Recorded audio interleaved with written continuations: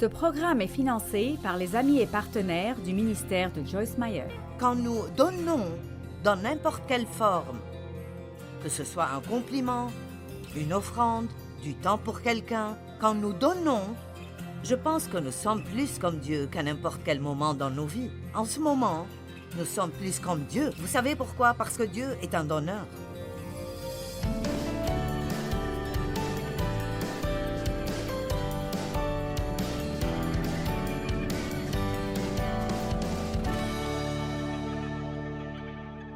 Philippiens 4, verset 5. Ce verset reçoit beaucoup mon attention ces derniers temps. Et en fait, je sens que je citerai ce verset dans beaucoup de mes conférences cette année. Il dit simplement, faites-vous connaître par votre amabilité, votre désintéressement et votre esprit indulgent envers tous les hommes, ce qui veut dire un esprit patient à toute épreuve. Le Seigneur est proche, il revient bientôt. Maintenant, l'apôtre Paul et beaucoup d'autres apôtres ont beaucoup parlé de la venue imminente de Jésus. Et j'aime particulièrement ce verset parce qu'il dit, maintenant il dit, assurons-nous que nous persévérons et que nous vivons bien. Et alors, l'une des choses que nous devons vraiment consolider est de ne pas être égoïste. Personne n'a besoin de ceci. Vous êtes tous bien. Personne ici n'est égoïste. Ceci est pour les autres, mais je le prêcherai de toute façon. Il dit, faites-vous connaître par votre amabilité, votre désintéressement et votre esprit indulgent envers tous les hommes. Et pourquoi? Parce que le Seigneur est proche. Il vient bientôt. Vous voyez, ce que je pense, et j'ai reçu cela un jour l'année passée dans mon enseignement, je suis devenu convaincu que nous devons parler plus de la seconde venue de Jésus. Je crois vraiment que le Seigneur vient bientôt. Et vous pouvez dire, ils ont cru ça aussi et regardez combien de temps ça fait. Eh bien, je suis d'accord avec vous, mais je pense que s'ils pensaient que le temps était proche, je dois vraiment sonner de la trompette parce que mon bientôt est plus proche que leur bientôt. Et je pense que nous avons la responsabilité de continuer à rappeler les gens. Et écoutez, ce ne sera plus long et nous nous tiendrons devant le Seigneur. Et la Bible dit dans Romains 14, 12, « Chaque homme, chaque femme, chaque personne, sans exception, se tiendront devant le Seigneur et rendront des comptes pour leur vie. » Maintenant, je ne sais pas pour vous, mais je ne pense pas que je suis naturellement généreuse. Je ne trouve pas la générosité dans la liste de Galates concernant les œuvres de la chair. Aucune des œuvres de la chair n'est la générosité. En fait, je remercie Dieu parce qu'il m'a vraiment beaucoup changé. Mais l'égoïsme est si intrinsèque à notre chair que si nous ne nous en gardons pas, la Bible dit « Gardez-vous ». Et alors nous devons nous garder contre des choses et parfois cela requiert de faire un petit inventaire de notre vie et juste peut-être même vous dire quelque chose comme « Qu'est-ce que j'ai fait pour quelqu'un d'autre la semaine dernière ?» Je vais de l'autre côté de la salle, vous n'êtes pas... Allez, je veux un peu d'encouragement. Amen. Je veux dire, dites-vous juste une fois par semaine. Mettez juste cela dans votre semaine. Mettez-le sur votre calendrier. Qu'une fois par semaine, vous allez avoir une réunion de 5 minutes avec vous-même. Vous avez des réunions avec vous-même? Je fais ça avec moi-même tout le temps. Nous devons faire cela. Et demandez-vous juste ce que vous avez fait pour quelqu'un d'autre dans les 7 jours derniers.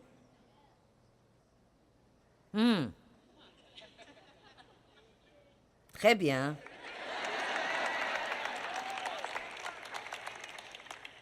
Maintenant, Ésaïe 32, 8. Mais l'homme au noble cœur a de nobles desseins, et toute sa conduite reflète sa noblesse, son cœur ouvert et sa générosité. Je veux lire ceci de nouveau. C'est un verset si puissant. Mais l'homme au cœur noble, et nous ne savons probablement même pas ce que le mot veut dire, ce n'est pas un mot que vous entendez tellement maintenant. Il veut dire d'avoir des principes moraux et un idéal très élevé. C'est une personne qui travaille pour ce qui est juste et une personne qui est très vertueuse. Donc, l'homme noble, au cœur ouvert et libéral, fait des choses nobles et il défend ce qui est noble, il a un bon cœur et il est généreux. Il est une personne au grand cœur. N'ayez pas une petite âme, toute petite et qui n'a pas de place dans sa vie pour quiconque d'autre que vous.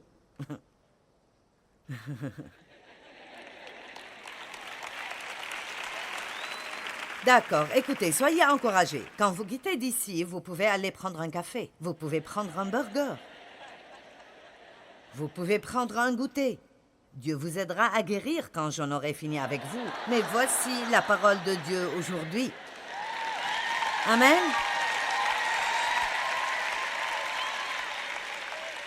Maintenant, nous devrions penser à la beauté de ce genre de personnes. Vous savez, il y a un mot que j'aimerais que nous utilisions dans ce pays plus souvent, et c'est le mot magnifique. Si vous allez en Australie, tout est vraiment magnifique. Je veux dire, si vous prenez un bon repas, c'est magnifique. Si vous entendez un beau chant, c'est magnifique. Si quelqu'un fait quelque chose de gentil, c'est magnifique. J'aime passer du temps avec Darlene Zschech.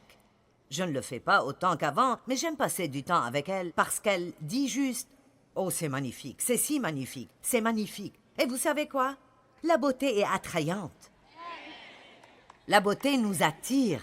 Quand je me mets là et je pense aux choses que j'aime faire le plus dans ma vie, l'une des choses dont je jouis est juste les choses magnifiques. Les paysages magnifiques, un bel arbre, un beau meuble pour la maison, tout. J'aime juste la beauté. Et vous savez pourquoi nous sommes comme ça? Parce que Dieu aime la beauté. Et je pense qu'il veut nous regarder un peu plus souvent et dire « magnifique ». Amen. Je pense que quand vous regardez votre vie et vous dites « je ne vais plus continuer comme ça, je n'ai vraiment rien fait pour quiconque dans les 2 semaines passées, je vais m'occuper ici et être une plus grande bénédiction », je crois que Dieu dit « magnifique ». C'est magnifique. Vous savez quoi? Quand nous donnons dans n'importe quelle forme, que ce soit un compliment, une offrande, du temps pour quelqu'un, quand nous donnons, je pense que nous sommes plus comme Dieu qu'à n'importe quel moment dans nos vies. En ce moment, nous sommes plus comme Dieu. Vous savez pourquoi? Parce que Dieu est un donneur. Car Dieu a tant aimé le monde qu'il a donné, et il n'a pas juste donné ce qu'il devait donner, il a donné le meilleur. Allez maintenant, il a donné le meilleur qu'il a. C'est merveilleux ce que Dieu nous a donné. Je veux dire, mon Dieu, qui pourrait un jour comprendre ce qu'il nous a donné et ce qu'il a fait pour nous, alors que vous étiez toujours dans le péché? Vous ne le connaissiez pas, vous vous en foutiez vraiment, vous ne vouliez pas le connaître, vous étiez heureux dans le péché. Il a envoyé son Fils unique pour mourir pour nous. Waouh! Qui ferait cela? Peut-être pour quelqu'un de génial, vous feriez un petit quelque chose. Mais qui ferait quoi que ce soit pour la pire crapule que vous connaissiez? Nous ne faisons pas cela. Mais Dieu peut nous enseigner à faire cela. C'est pour cela qu'il dit ces choses vraiment très dures, comme « aimez vos ennemis ». Bénissez ceux qui vous persécutent. Dans la Bible amplifiée, il dit « bénissez ceux qui abusent de vous et usent de vous ». Priez pour vos ennemis et bénissez-les. Et vraiment, pour être honnête, quand vous faites ça, vous ne faites même vraiment rien pour eux, parce que la plupart du temps, ils s'en fichent vraiment. Mais vous faites quelque chose pour vous-même. Vous ajoutez de la beauté à votre vie. Vous n'avez plus besoin d'être cette personne à l'âme réduite et ratatinée qui s'assied à sa place, pitoyable et déteste tout le monde. Eh bien, tu ne sais juste pas. Toutes les promesses de Dieu sont disponibles pour quiconque les demande.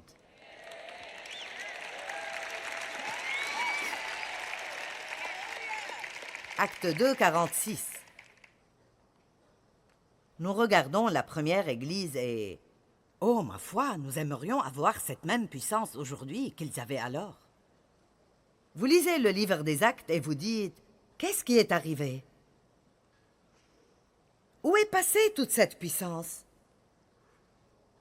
Et jour après jour, ils se retrouvaient régulièrement dans le temple d'un commun accord, ce qui veut dire dans l'unité.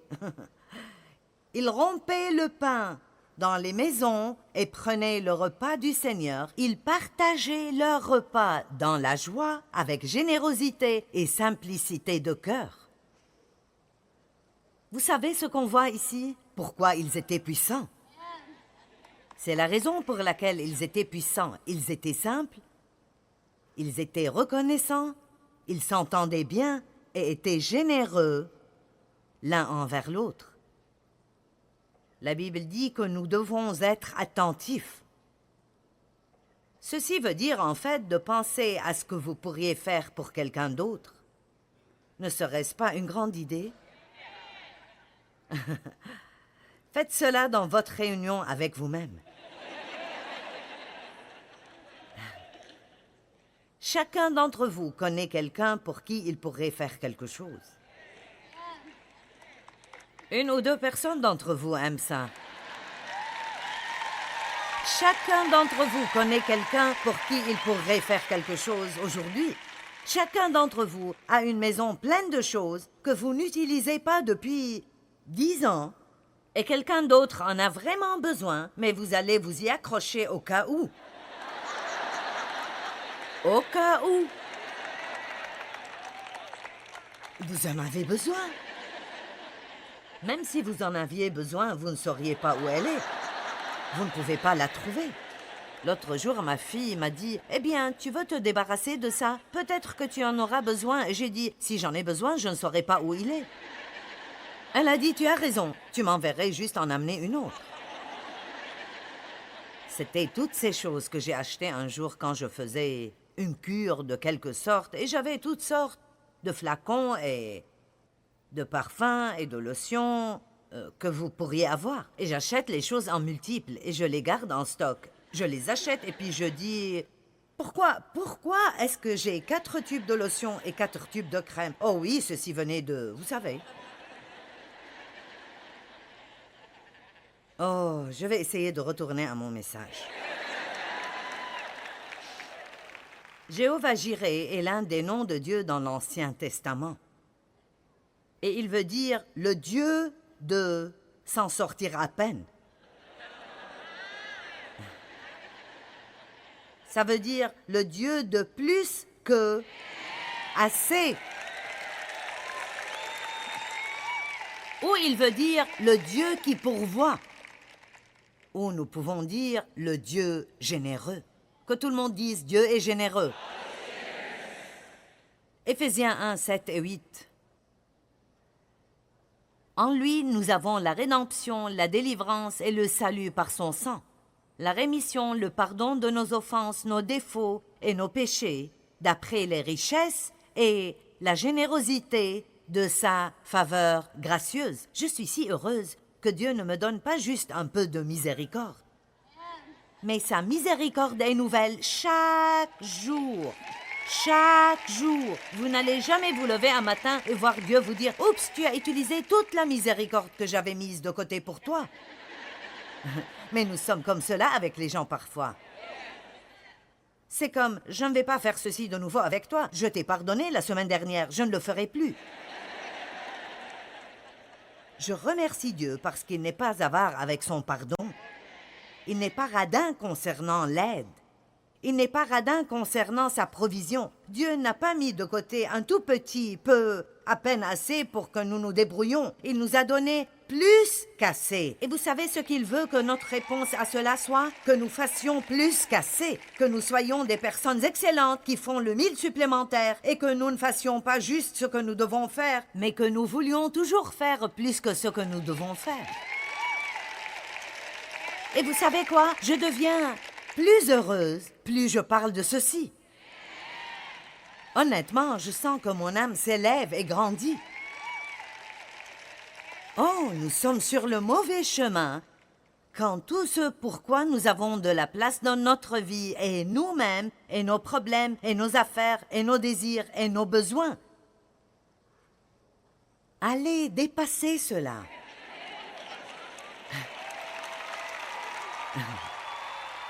Remettez-vous-en et dites « Dieu, que puis-je faire pour quelqu'un d'autre aujourd'hui? » Soyez généreux, bien sûr en donnant financièrement. Il y a tellement de personnes dans le besoin. Et en donnant pour l'Évangile, il y a tellement de gens qui ont besoin d'entendre. Soyez généreux dans la miséricorde. Si vous allez donner un pourboire, donnez-en un bon.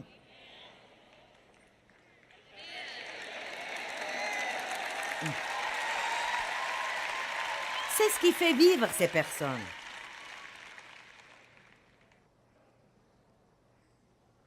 Soyez généreux dans la miséricorde, généreux dans le pardon, généreux dans les compliments. Cherchez moins les défauts. Oui, c'est mieux, oui, n'est-ce pas?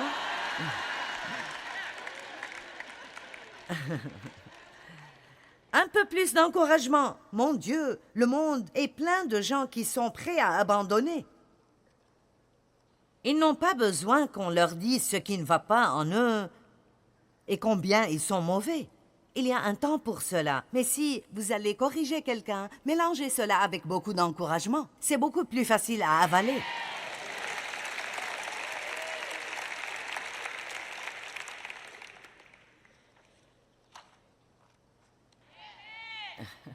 Merci. Merci. À la fin d'Éphésiens 1, 7 et 8, il dit « D'après les richesses et la générosité de sa faveur gracieuse, qu'il a déversée sur nous. » Wouhou! J'aime ce déversement. Combien d'entre vous aiment ceci? J'aime le déversement. J'aime l'excès. En nous donnant pleine sagesse, pleine intelligence et pleine prudence. C'est une chose magnifique, vraiment, d'être généreux. Vous savez, ô Seigneur, tu es magnifique. Tu es si magnifique. Et pourquoi disons-nous ceci? À cause de toutes ces choses. Nous ne parlons pas de ce à quoi il ressemble physiquement. Nous ne l'avons jamais vu physiquement. Ce dont nous parlons sont ses attributs, son caractère, la façon dont il traite avec nous. Et nous sommes beaucoup trop concernés par notre image externe dans les temps où nous vivons aujourd'hui. Combien de personnes me suivent sur Facebook? Combien de personnes regardent mes selfies aujourd'hui? J'essaye de dépasser le fait que tout le monde prend des photos de soi toute la journée et les envoie à tous ceux qu'ils connaissent. Je dis, qui se fiche de ce que vous mangez et comment vous mâchez? Sûrement pas moi.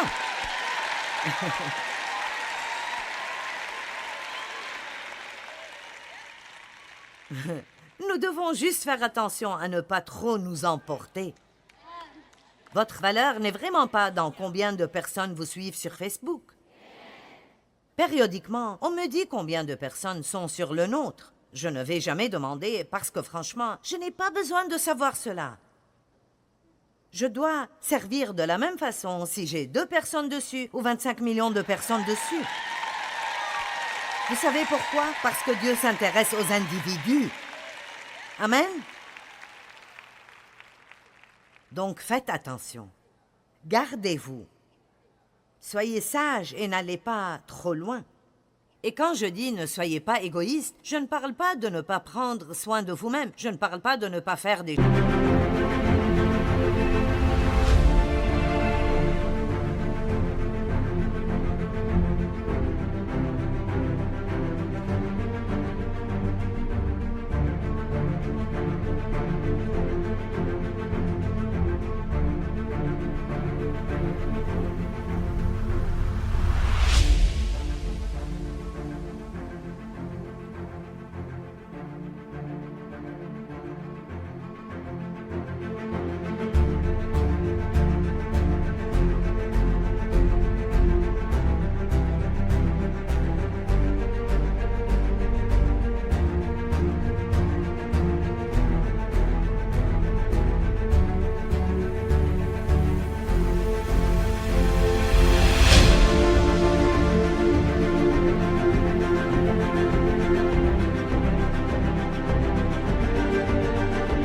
choses pour vous-même. Vous devez prendre soin de vous-même. Vous devez dépenser de l'argent sur vous-même et passer du temps sur vous-même. Vous devez faire des choses que vous aimez et des choses dont vous jouissez. Mais vous n'avez pas besoin de ne rien faire d'autre que ceci.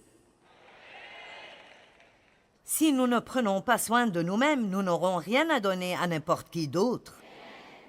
Donc Dieu veut que nous soyons bénis. Mais nous devons toujours nous garder de l'égoïsme. Si vous ne pensez pas que l'homme vient sur la planète Terre avec de l'égoïsme, regardez juste quand un enfant prend un jouet de l'autre enfant. À moi! Et nous crions toujours ceci aujourd'hui. Nous ne le disons juste pas aussi haut qu'eux. Les choses magnifiques sont excellentes, merveilleuses, et elles ont un pouvoir d'attraction. Nous sommes attirés par la beauté, elles touchent notre âme. J'aime être avec quelqu'un dont je pense qu'il a touché mon esprit. Pas vous? N'aimez-vous pas être avec des gens qui, quand vous partez, vous sentez qu'ils ont déposé quelque chose dans votre âme? Pas des gens qui vous ont juste enlevé la vie et vous ne pouvez pas attendre de vous éloigner d'eux. Je suis sûre que vous connaissez quelques personnes comme ça, n'est-ce pas? Vous savez, j'ai pris une décision. Peut-être que ça fait 10 ans maintenant que je n'entre plus dans des relations unilatérales. Ça ne m'intéresse pas de passer du temps avec des gens qui veulent toujours quelque chose de moi et ne veulent jamais rien faire en contrepartie. Dans les relations, il faut prendre et donner. Donc, je ne veux pas d'amis radins et aux petites âmes. Je veux être avec des gens qui ne me vident pas quand je les quitte. Et puis j'évite de les voir une autre fois. Je veux être avec des gens qui déposent quelque chose qui touche mon esprit parce que ce sont des personnes magnifiques. Quand nous entendons une belle histoire, nous voyons une belle pièce d'art, nous voyons l'océan, nous voyons les montagnes ou un paysage magnifique. La seule chose que nous puissions dire est magnifique. Parfois, il y a des choses si merveilleuses et étonnantes qu'il n'y a aucun autre mot que ce mot-là pour décrire ce que c'est. Et vous savez quoi? C'est ce que j'ai ressenti dans la louange ce matin. Ah, c'est vrai. En fait, j'ai dit à quelqu'un, c'est l'une des meilleures louanges que j'ai vues depuis très longtemps. Magnifique. Et tout ce que nous faisons devrait être magnifique. Quelque chose qui laisse quelque chose. Je ne veux pas que vous veniez juste ici. Je ne veux pas que vous vous sentiez mal quand vous partez. Je veux mettre quelque chose en vous. Je veux que vous disiez « Ah, je me sens mieux, je me sens encouragé, je me sens édifié. »